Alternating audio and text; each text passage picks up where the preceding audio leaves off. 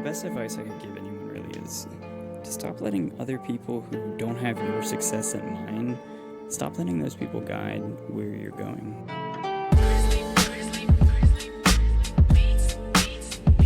That shit looks fucking stressful, under pressure with aggression made usable. I could still usable, flip the switch to find aioli sauce underneath the manifold. Treated stone cold like a storefront mannequin with the greatest story that was never told. So you'll never know, like you're 8 years old, lying dead up in the streets like Pinocchio, window shopping at the Gucci store. If you knew what I knew, you'd be begging for mo in the form of sound waves with frequencies frequently near me on some wavelengths packaged nicely on box car trains that just left the central station and got directions for your brain, filled with hobo hitchhiking kids on Xanax for anxiety and music for the pain. Let me remind you that I'm like Doctor Who, rockin' J. Crew. Fuck with me and I'll fuck with you. We're all sorcerers out here, sourcing teleporting scrolls to stimulate your nightmares. I can picture you with night terrors of me teleporting you to my dojo for you to fight me and my whole crew. The odds are ultimately against you. The odds are ultimately against you. The odds are not in your favor. They are against you. The odds are not in your favor. They are against you. Not in your favor. They are against you.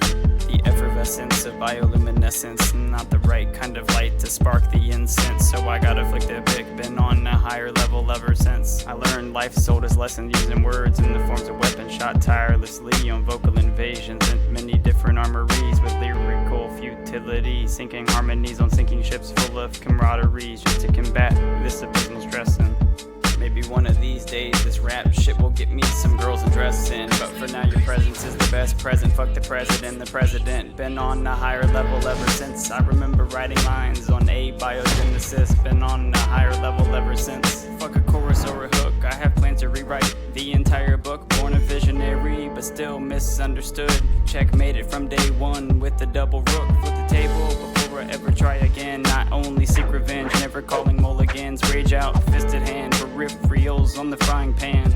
Always reminiscing on those long serving shifts, never serving tables, only serving looks at cute single mothers with their cute little kids. Haters, back at it again, let me speak it so you can understand.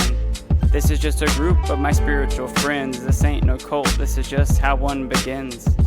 This is just a group of my spiritual friends. This ain't no cult, this is just how one begins. This is just how one begins. Disciplined desire, whether one can curb it, is a deeper question altogether, which is, what do you desire?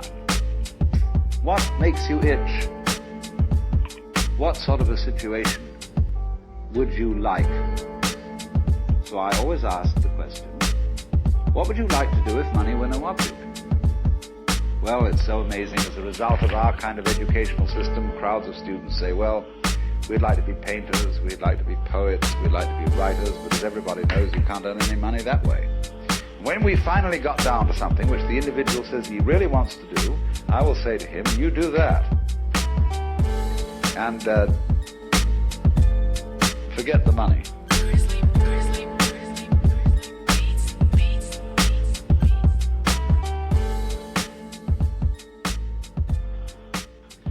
If you say that getting the money is the most important thing, you will spend your life completely wasting your time. You'll be doing things you don't like doing in order to go on living, that is, to go on doing things you don't like doing, which is stupid. Better to have a short life that is full of what you like doing than a long life spent in a miserable way. And after all, if you do really like what you're doing, it doesn't matter what it is, you can eventually turn it, you could eventually become a master of it. It's the only way to become a master of something, to be really with it.